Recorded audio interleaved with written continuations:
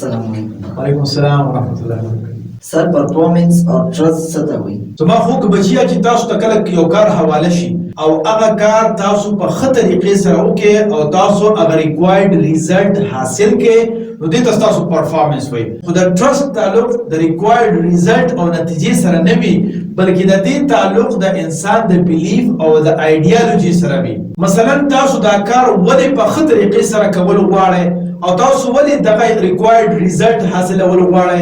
کو چېرې فرض که ستاسو مقصد دا وي چې یاره دا کمپني او دا اداره ښه شي، د دې امپیکټ نور هم زیات شي او د خلکو په ژوند کې خوشحالي راشي، روزګار عام شي او د یو بل سره مینه او محبت سیوا شي، نو دا ستاسو یو ډېر ښه نیک مقصد دی او ستاسو یو لانګ ټرم ویژن دی.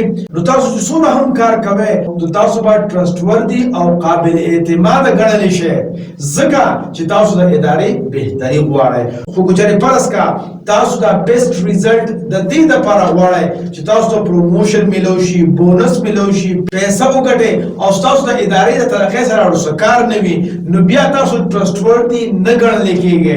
بلکې کله کله داسې انسان ته خلک لالچي وایي چې صرف خپل ځان سره کار وي او د ادارې په ترقۍ باندې اړو کار نه وي. د خدای دپاره پښتنو سانونه وپېژنئ، ستاسو دپاره خو به ځان له پیغمبر نه راځي.